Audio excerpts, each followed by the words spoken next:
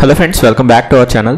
ఈ మధ్య ఎక్కడ చూసినా పుష్ప హవానే నడుస్తుంది. సో మనం కూడా ఇవాళ మన స్టైల్లో పుష్ప 2 స్టోరీ ఏంటి అని ప్రెడిక్ట్ చేయబోతున్నాం. ఏదో నోటికొచ్చిన సొల్లు చెప్పకుండా ప్రాపర్గా ఫస్ట్ పార్ట్లో మనకి ఉన్న డీటెయిల్స్ని కనెక్ట్ చేస్తూ ఒక స్టోరీ ప్రెడిక్ట్ చేద్దాం. వీడియో చాలా ఇంట్రెస్టింగ్గా ఉండబోతుంది. సో వీడియోని లాస్ట్ దాకా చూడండి అండ్ మా వీడియోని లైక్ చేసి మా ఛానల్ని సబ్స్క్రైబ్ చేసుకోండి.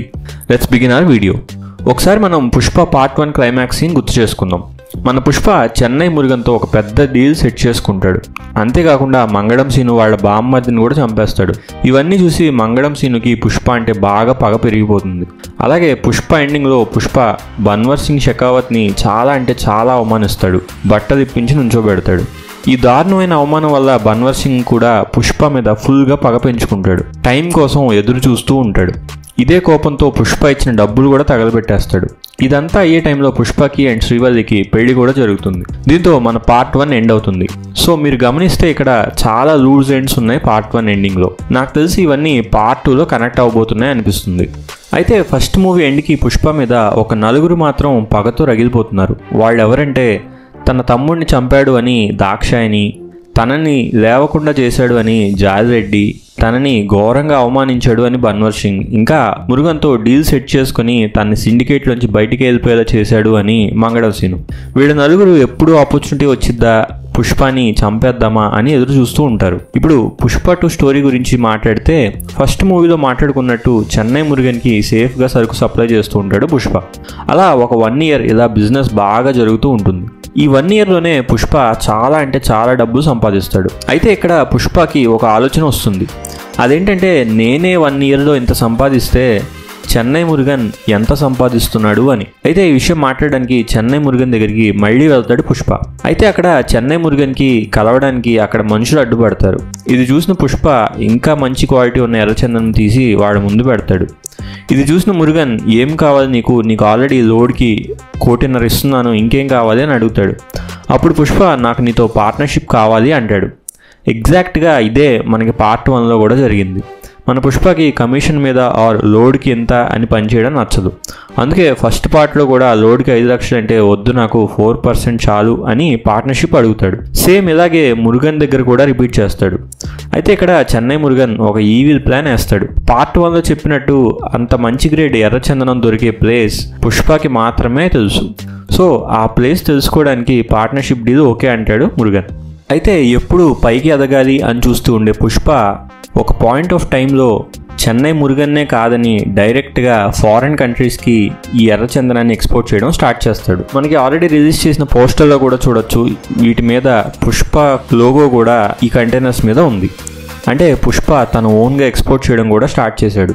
సో మురుగన్కి కూడా ఎలాగైనా పుష్పాన్ని నాశనం చేయాలని ప్లాన్ చేయడం స్టార్ట్ చేస్తాడు. అయితే ఇది ఇలా అవుతూ ఉంటే ఆ సంపాదించిన డబ్బులతో పుష్ప మంచి మంచి పనులు చేస్తూ ఉంటాడు అనమాట. అక్కడ ఉండే పేదవాళ్ళకి ఫైనాన్షియల్గా కానీ ఇంకా చదువుకోవడానికి కానీ చాలా హెల్ప్ చేస్తూ ఉంటాడు. ఇలా మంచి పనులు చేస్తూ జనాల్లో చాలా పాపులర్ అయిపోతాడు. పుష్ప అంటే ఒక దేవుళ్లాగా జనాలు చూస్తూ ఉంటారు. తన హ్యాండ్నే ఒక బ్రాండ్గా క్రియేట్ చేసుకొని ఒక చిన్న టైప్ ఆఫ్ గవర్నమెంట్నే రన్ చేస్తూ ఉంటాడు. అయితే ఇది ఇలా ఉండగా పుష్ప మీద పగతో రగిలిపోతున్న బన్వర్ సింగ్ పుష్ప గ్యాంగ్ని మొత్తం ఎలాగైనా అరెస్ట్ చేయడానికి ట్రై చేస్తూ ఉంటాడు. పుష్ప చేస్తున్న ఈ మంచి పనుల వల్ల పుష్పకి పాపులారిటీ పెరిగిపోతూ ఉంటుంది. ఇది మన ఎమ్మెల్యే అయిన సిద్ధప్ప నాయుడికి నచ్చదు. ఇక్కడ సిద్ధప్ప నాయుడు కూడా చూసి ఒక పాయింట్లో బన్వర్ సింగ్కి ఫుల్ పవర్స్ ఇస్తాడు పుష్ప చాప్టర్ క్లోజ్ చేయడానికి. అయితే ఆ పవర్స్తో బన్వర్ సింగ్ పుష్ప గ్యాంగ్లో ఉన్న ఒక్కొక్కడిని పట్టుకుంటూ ఉంటాడు. ఇంకా ఎలాగైనా పుష్పాన్ని పట్టుకోవాలి అని ట్రై చేస్తున్నా పుష్పాన్ని పట్టుకోవడానికి ఎక్కడా ప్రూఫ్స్ దొరకవు. పుష్ప కోసం మేము జైలుకి వెళ్తామని అందరూ ముందుకు వస్తూ ఉంటారు. ఇలా కాకుండా వేరే వేలో పుష్పాన్ని ఎండ్ చేయాలి అని పుష్పకి వీక్నెస్లు అన్నీ వెతకడం స్టార్ట్ చేస్తాడు. పుష్పకి ఉన్న వీక్నెస్ 2. ఒకటి శ్రీవల్లి, 2 పుష్ప వాళ్ళ అమ్మ. వాడిని ఏదైనా చేయాలని ప్లాన్ చేస్తూ ఉంటాడు. బట్ పుష్ప వాడిని కాపాడుకుంటూ ఉంటాడు. అయితే ఇక్కడ ప్లానింగ్ అంతా బన్వర్ సింగ్ ఇంకా పుష్పకి ఉన్న మిగతా ఎనిమీస్ అందరూ కలిసి చేస్తూ ఉంటారు. ఎందుకంటే శ్రీవల్లి మీద జాలిరెడ్డికి కూడా చాలా పగ ఉంది, ఎందుకంటే తన వల్లే ఈ పరిస్థితి వచ్చింది అని. సో ఇలా ఒక ఈవిల్ ప్లాన్ వేసి పుష్పని ఒక రాత్రి ఒక చోటకి రప్పించేలా చేస్తారు. అక్కడికి రప్పించి పుష్పాన్ని షూట్ చేస్తారు. ఇక్కడ మన మూవీలో ఇంటర్వెల్ వస్తుంది. అయితే పుష్ప అక్కడి నుంచి ఎలాగో తప్పించుకొని పారిపోతాడు. అని ఇంటర్వ్యూ తర్వాత మనకు తెలుస్తుంది. కానీ తెల్లవారుజామున చూడగానే పుష్ప బట్టలు రక్తంతో కనిపిస్తాయి, ఇంకా పుష్ప చనిపోయాడు అని అందరూ డిసైడ్ అయిపోతారు. ఇక్కడే మనకి టీజర్లో చూపించిన విధంగా జనాలు ధర్నాలు చేయడం, షాపులు తగలబెట్టడం జరుగుతుంది. కానీ ఒక నైట్ క్యామ్లో పుష్ప సడన్గా కనిపిస్తాడనమాట. ఇక్కడ ఏం జరిగింది అంటే దెబ్బలతో తప్పించుకున్న పుష్ప ఎలాగో కోలుకొని ఆ ఊరి మీద ఒక కన్నేసి ఉంచాడు.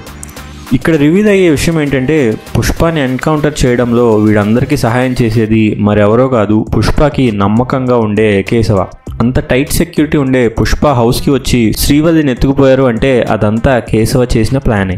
అయితే పారిపోయిన పుష్ప అసలు ఏం జరుగుతుంది అని రకరకాలుగా వేషాలు వేసుకొని గమనిస్తూ ఉంటాడు. అలా ఒక్కొక్కడిని చంపడానికి ప్లాన్ చేస్తూ ఉంటాడు అండ్ కొందరిని చంపేస్తాడు కూడా. అలా ఒకసారి మంగళం సీను ఇంకా దాక్షాయని గంగమ్మ తల్లి జాతరకి వస్తే అక్కడికి వస్తాడు మన పుష్ప. అక్కడే జనమందరి ముందు పుష్ప ఈజ్ బ్యాక్ అని గట్టిగా చూపిస్తాడు అండ్ ఈ ఫైట్ అయితే థియేటర్స్లో పిచ్చెక్కిపోతారో ఆడియన్స్ అనిపిస్తుంది. ఇదంతా అయ్యాక మళ్ళీ పుష్ప మాయమైపోతాడు ఎక్కడికో. అండ్ బన్వర్ సింగ్ కూడా టైంకి పుష్పాన్ని పట్టుకోలేకపోయానని కోపంతో రగిలిపోతూ ఉంటాడు. ఇలా బాధపడుతూ ఉండగా వెనక నుంచి ఒక వాయిస్ వినిపిస్తుంది.